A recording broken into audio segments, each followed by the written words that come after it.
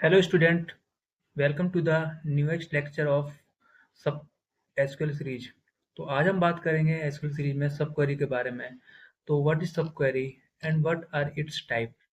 सब क्वेरी क्या है और उसके कितने टाइप हैं, ठीक है। तो सब query is a query with in another query. सब क्वेरी जो है एक तरह की क्वेरी है दूसरी क्वेरी के अंदर। 12 क्वेरी के अंदर अंदर क्वेरी यूज होती है, उसे बोलते हैं सब क्वेरी। इस तो 12 क्वेरी हुई एक उसके अंदर क्वेरी होगी, तो अंदर वाली क्वेरी जो है वो सब क्वेरी है। किसके लिए? 12 वाली क्वेरी के लिए। Also known as nested query और इनर क्वेरी। वही वही मैंने बताया अभी, इनर क्वेरी अंदर वाली क्वेरी को सब क्वेरी बोलते हैं। यूज होता है टू इनहेंस करने की data to be queried by main query. ये यूज होती है डाटा को इनहेंस करने के लिए जो क्वेरी से रिलीज होगा मेन क्वेरी से, ठीक है। रूल्स क्या है सब क्वेरी के? रूल फॉर सब क्वेरी। सब query must be enclosed in parenthesis. सब क्वेरी जो है पैरेंथेसिस हमेशा अंदर हमेशा होनी चाहिए, यानी कि पैरेंथेसिस क्या होता है? ये ऐसे इसके अंदर जो लिखी जाएगी तुम बोले सब क्वेरी, ठीक है। सब query can have one column in the select statement. सब क्वेरी के अंदर हमेशा एक कॉलम जो है सेलेक्ट स्टेटमेंट में होना चाहिए, यानी कि पहले सेलेक्ट लिखा जाएगा।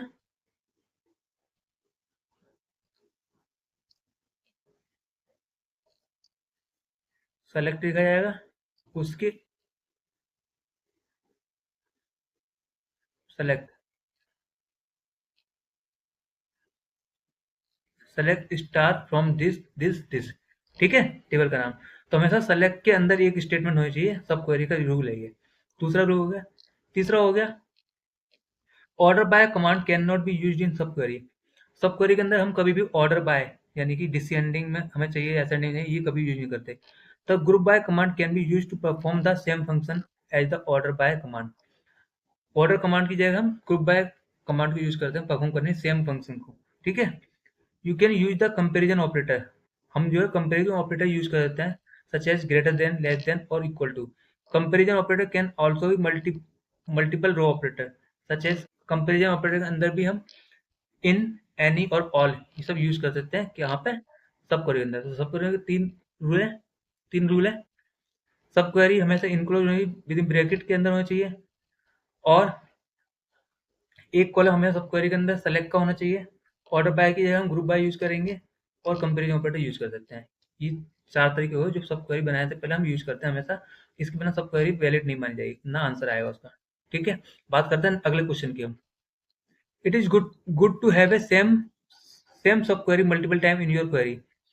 क्या एक ही सब क्वेरी को हम 10 बार, 15 बार, 2 बार, 4 बार, 15 बार हम यूज कर सकते हैं? सब क्वेरी को यूज कर सकते हैं?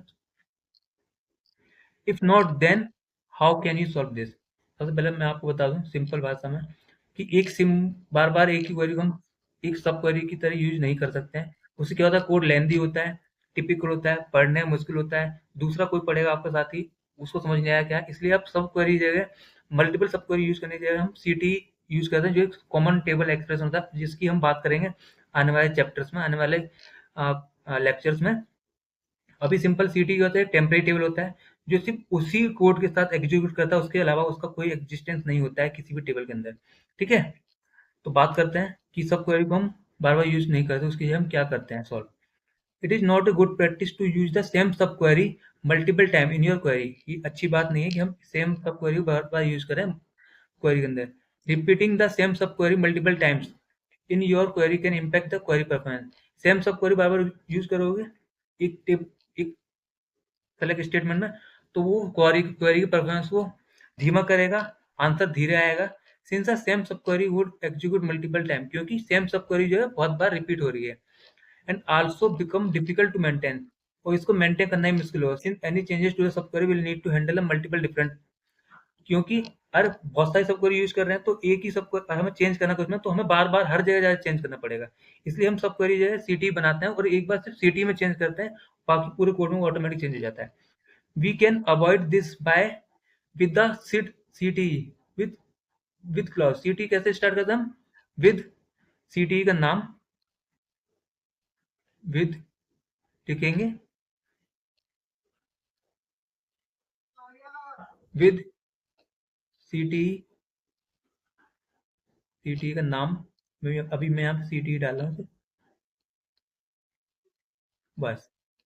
तो ये ब्लॉक ऑफ कोड होगा जहाँ पे हम कोड लिखेंगे पूरा, select this, group by, order by, सब चीज़ लिखेंगे, और सिर्फ CTE में यहाँ पे हम चेंज करेंगे और आगे ऑटोमेटिक सब जगह चेंज हो जाएगा। ठीक है।